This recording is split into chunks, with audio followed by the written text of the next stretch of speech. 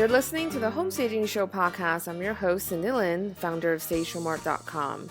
This is the show where we talk about all things real estate, home staging, and selling your home to live or to sell. Welcome back to Season 4. This is Episode 1. Our show is brought to you by our in-house product, EcoJo, the eco-friendly St. Joseph statue home selling kit. In real estate, there's a tradition to bury St. Joseph statues for good luck to sell your house. But because the existing products on the market were made with plastic, we made an eco-friendly version called EcoJo. He's all natural, won't harm the earth. For more information, visit www.ecojokits.com.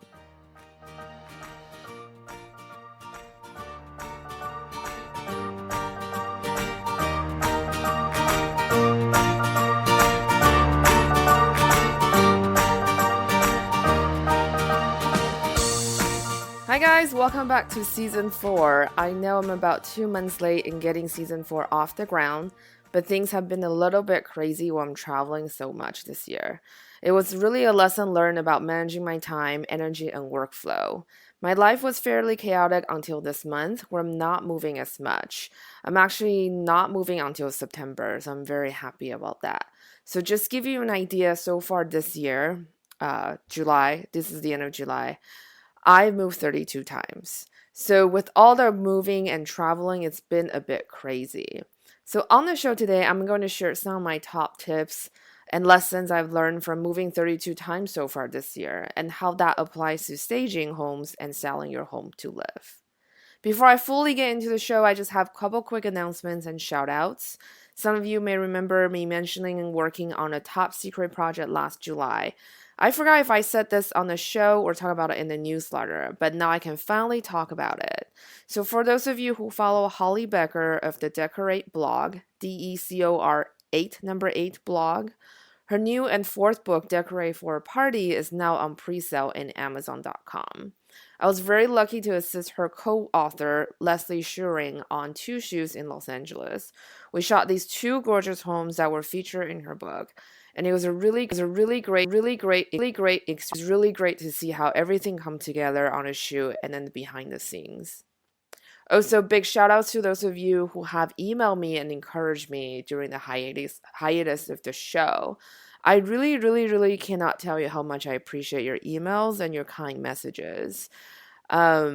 It's been kind of a struggle, I think, with podcasts. Obviously, it's not something we generate income for. It's just something that's like a really passionate side project of mine. While I was traveling, I was really torn about how to make it all work. So I really appreciate those of you who gave me feedback on the show because it's really nice to hear feedback, either positive or negative. So I can like improve better and know where we are and if the show is actually working or not. So thank you so much for those of you who have been so encouraging about the comments and the programming of the show. Some of you have even booked consultation sessions with me for your home staging business, which I just feel truly honored and flattered to be able to participate in that process with you. So none of this was something that was really anticipated. It just really came out as a little passion project. Although it's definitely much appreciated by your responses. This whole idea of the show is really to make home staging accessible to everyone.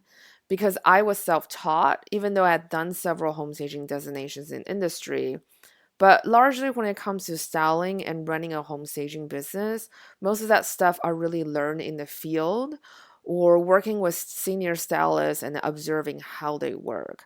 Just working day in and day out, kind of just, I have to say, you learn the best way to learn is through your mistakes because it wasn't until you really try it yourself, you wouldn't know how it works. So a lot of times it really frustrated me when I was reading some of the stuff on the market. And it really bugged the heck out of me when it comes to sellers who just refuse to stage. I think everybody can use a bit of home staging. It could be very little just by simply cleaning up your house and decluttering and just make it look more streamlined and a little more stylized, or a full-on staging for a vacant home. It's a shame when I see sellers who just leave money on the table like that. So thank you for those of you who are listening to the show. And if you like to keep supporting the show and keep it going, please do take some time to leave a rating and write a review on iTunes. That's really going to be incredibly helpful when it also comes to bringing great guests onto the show. Because a lot of times, I would like to actually book bigger names on some major companies for them to talk about, why certain things are made this way, and how their products can help consumers and stuff like that. But unfortunately, a lot of times it comes down to numbers. People want to know about the download numbers, they want to see the reviews, they want to see the ratings, and see if we're a credible show on iTunes. Unfortunately, that is just business. So while I fully understand and support that, I really want to do my best still to bring you the best content I can possibly bring to you. So thanks again for everyone who's been so kind and so understanding and so encouraging. I just really want to take time to thank you for that. I also been getting a lot of emails from new stagers who are getting into the industry. I did talk about briefly coming out with a course about sharing my experience of running a home staging business. It's not really like a course where like one of those destination courses where it teaches you how to set up the business. It's really kind of bridging the gap because I feel that a lot of times I see home stagers, they're new in the market, they usually have the same type of questions or very similar questions. And there's definitely a struggle because I've been through it myself. It was, I was clueless when I started my business. I started my business when I was 25, and I was very clueless and very ignorant. And I think in a way that played to my advantage because I had no fear in terms of pursuing certain things, pursuing projects. And when I started, I did projects almost for free just to gain portfolio. But again, I was single, I didn't have a family to feed. So a lot of times I was more flexible than a lot of competitors in a lot of different ways. I was also younger, so I really leveraged technology since I didn't really know anyone who owns real estate, who can sell real estate at that point. So I really struggle in my business to turn from red to black and even, becoming a six-figure business. It took a lot. So I'm hoping this course will be a little bit shortcut for you guys so you don't suffer so much on your way to success. So that course is probably going to launch in late August or early September, which is a little bit scary because August is next month. It's just like a total oh my god moment. I definitely been writing and working on it like a mad woman, and once I start finishing writing, I will set up a pre-sale page up, and once that's done, I'll let you guys know.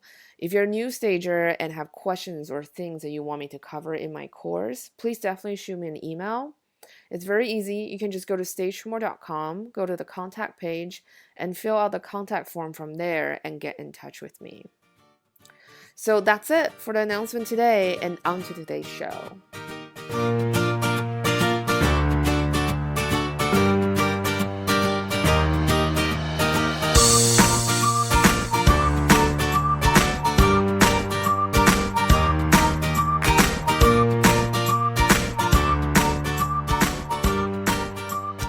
So obviously moving sucks. They say that moving is one of the most stressful and relationship testing events in someone's life.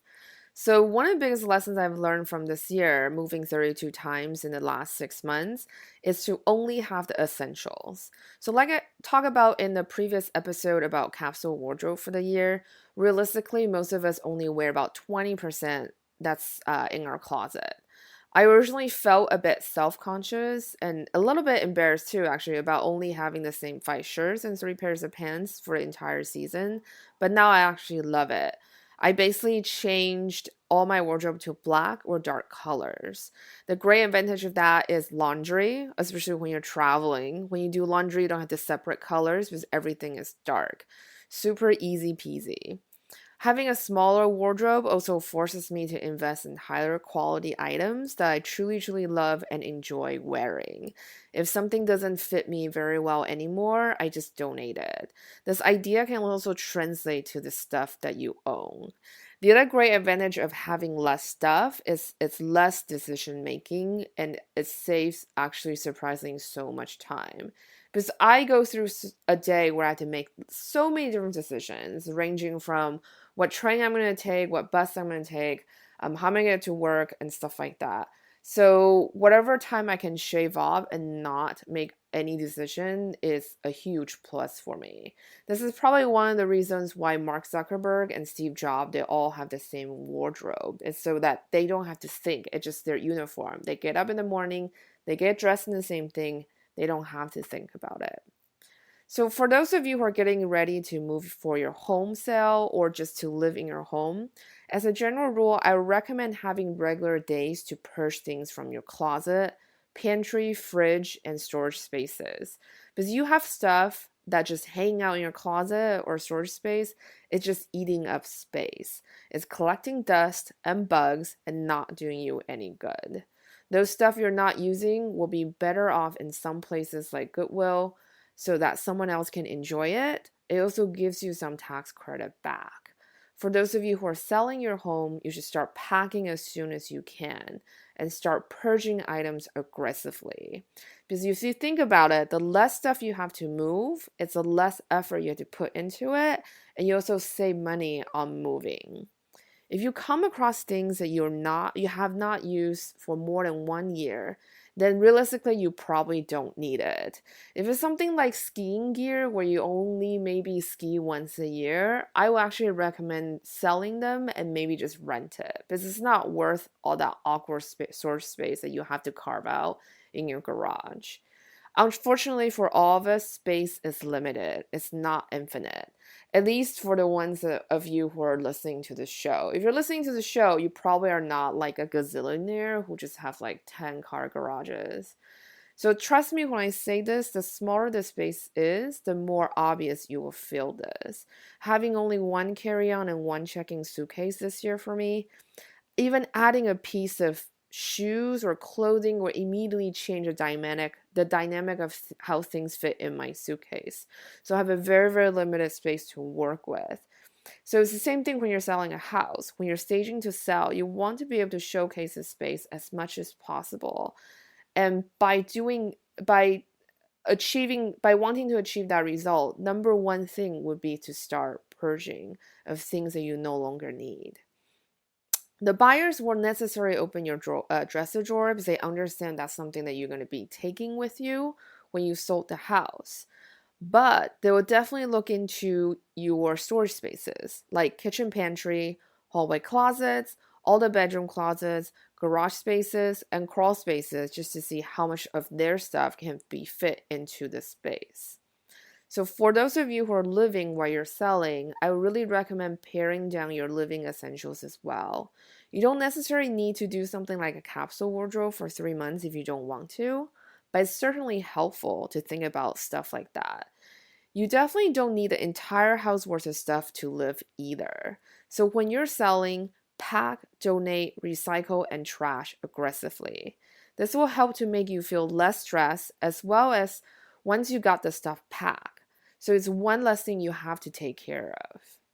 Second, a white fluffy bed is a very simple technique, but it goes a very long way. It's extremely easy to do. It goes with any color walls in your home, and you can accessorize it very easily and elegantly. So one of the things about moving, so this year mostly I've lived in Airbnbs. So I live in about, I think I would say about, yeah, like 30 Airbnbs. And one of the things I've really noticed that the Airbnb flats or apartments or houses that rent out very quickly, or the hosts that rent their space frequently, they all have white beds. It instantly makes the photo looks fresh, inviting, and comfortable. The other thing too is it's easy to wash and it's inexpensive. You can get really nice white bed linens just from IKEA for staging purposes or even for Airbnb. It's nice, easy, and simple, and you can change the season based on your accessories. You can change out the throws and the pillows. So it's done very quickly and very easily. The white bedspread just makes the space feel brighter and bigger. It's also very easy to clean since you can bleach the whites and you don't have to worry about sun fading the colors, which it can be very noticeable for color bedspreads. Like I said before, white bedspread is also very easy to accessorize, and you can basically change the look and feel just by adding pillows and throws. This is probably also why hotels use white spreads, and they have this blanket thing at the foot of the bed to kind of mix up and add colors. I also have to say white paint also goes a long way. It helps a lot to brighten small spaces. And white paint are very inexpensive. For example, I stay at this Airbnb in London that was actually a very small and awkward house. It was basically a tear down, and the tenants basically taking advantage of the unknown period before the landlord tearing it down and renting the extra rooms out to make money. One of the things that she did very well was she painted everything white, and the photos just look very like fantastic. It instantly made the room feel bigger and brighter, especially with a white bedspread as well. A lot of Airbnb places I've stayed at have very simple decor. They may just have one or two artwork in the room to add visual interest. Usually there's a white bed and a couple throw pillows. The walls are usually white or very pale color, like off-white. Those type of photos look really well online, especially when you mix in with Airbnb hosts who took their own photos. Because on Airbnb, they provide this photo service that you can have them come to take photos, like a professional photographer come and take photos of your home. And then I think you get a little badge that says Airbnb certified or something like that. But a lot of times I see people take photos with their cell phone. I mean, you can tell it's when it's an iPhone photo, or like with their own like little digital camera, and it's usually very dark. It's not light. It's not lit very well. So those type of homes usually stay on the market or on the Airbnb market a little bit longer. Um, and the other thing too with Airbnb, it's very obvious with high demand, there's usually a higher price tag. So that's the thing. If you can rent out your space more frequently, then you can charge for more money. Um, yeah, so white paint works very, very well. Same thing with a white bed. One thing though, I have mentioned this on the previous show. I do want to say that white paint can be very tricky. You want to make sure that it works well with the space and the light that you get in that space, or it can look very clinical or hospital-like. We talked about this on one of the older episodes with a color expert as well. I'm going to link that to the show notes so you can have a listen if you haven't heard those two episodes. Both of these color experts have great recommendation when it comes to working with colors. Third, I would say good and accurate pictures. Good pictures is everything when it comes to selling your house or renting your Airbnb place out. People shop for homes online nowadays. It's inevitable. I mean, for God's sake, we're dating online. So, and then if you ever been on dating, if you ever been doing online dating, number one thing every platform is going to tell you is the picture. So it's the same thing with the house. It's really as simple as that. Having a good photo is going to entice people to click into the listing and to keep browsing. And that's very important because you want to get as many eyeballs as possible onto your online listing because real estate is a numbers game. So the more people you have looking at your listing online, the more likely people are going to come for the open house. It's just a numbers game. So you want to have accurate photos that are flattering and make the potential buyers feel welcoming and at ease. So color is very important. Scale of things are very important. And you want to have as little distortion as possible. When I say distortion, a lot of times when people use wide angle lenses, the lens tend to distort the edge of the photos a bit. And you will notice that because the photos, like the lines is no longer straight, it's slightly curved. So a lot of real estate photographers use wide angle lens or fisheye lens, which I personally don't recommend, especially now I've been studying more and more photography. I think it's fine to use wide angle lens. It's definitely not okay to use fisheye because it distorts the entire image completely. With wide angle lens, a lot of photographers do use, and they in the post-production apart, they actually tweak them to make sure all the lines are straight. Um, so if you don't do that in the post-production, you're going to see the distortion in the photos when you shoot with wide angle lens. This can give buyers a sense of mistrust because buyers today are smart. They're not dumb. They know that you use a wide angle lens to shoot it. So they don't know how accurate the photos are actually compared to the real house, and they are going to think that you're trying to trick them. The other thing is that our brain prefers seeing straight lines when it comes to interiors. So this is why you see everything is in a straight line in interior magazines like Out Decor, like Dwell and stuff like that. Like having straight lines is very, very important when it comes to architecture because we just don't like crooked lines for some reason and they just throw us off when we look at interior photos or exterior as well. So the other main reason why you want to have accurate photo is to manage the buyer's expectations. When the photographer did all these photoshopping and make the photos look so amazing, what do you think the buyer is going to feel? They're going to get really excited to see the house, right? But if the real thing does not match up to the photos, then the buyers are going to feel let down. They're going to feel cheated, and they're not going to want to buy your house. So that is something you want to watch out for when you're working with photographers, especially if they use wide angle lens to make the room look super big. It's very rarely I see people use fisheye anymore. I think that's fall of a trend, thank goodness. I think those are cool when you're shooting videos, like for like people talking, like interviewing, but not necessarily doing interior architecture or videography. So number 4, people want to feel that they're at home, but not too much at home. And what I meant is that they want to feel that they're at home at their own home, but not at your home. So there's a big difference between those two. So I'm not sure if you had this experience before, but have you ever stayed at an Airbnb and you just kind of feel overwhelmed by the owner's stuff everywhere? And you just feel like you're intruding in their lives and their personal space, and it makes you feel slightly uncomfortable and that you want to leave as soon as possible, especially when it comes to bathroom. If it's very small and cramped, you just see stuff everywhere. You just feel distinctively, oh my God, I'm in someone else's space, even though you know you're in someone else's space. So it's very uncomfortable feeling, and it's a natural feeling. It's naturally that people like feel when they step into someone else's space, they feel uncomfortable because they feel like they're intruding in their lives. This is why when you're staging, especially while you're living in the home, you want to create a space that is welcoming, but not so personal that pushes the potential buyers away mentally. So you want to take down any personal photos because it's human nature to look at the photos.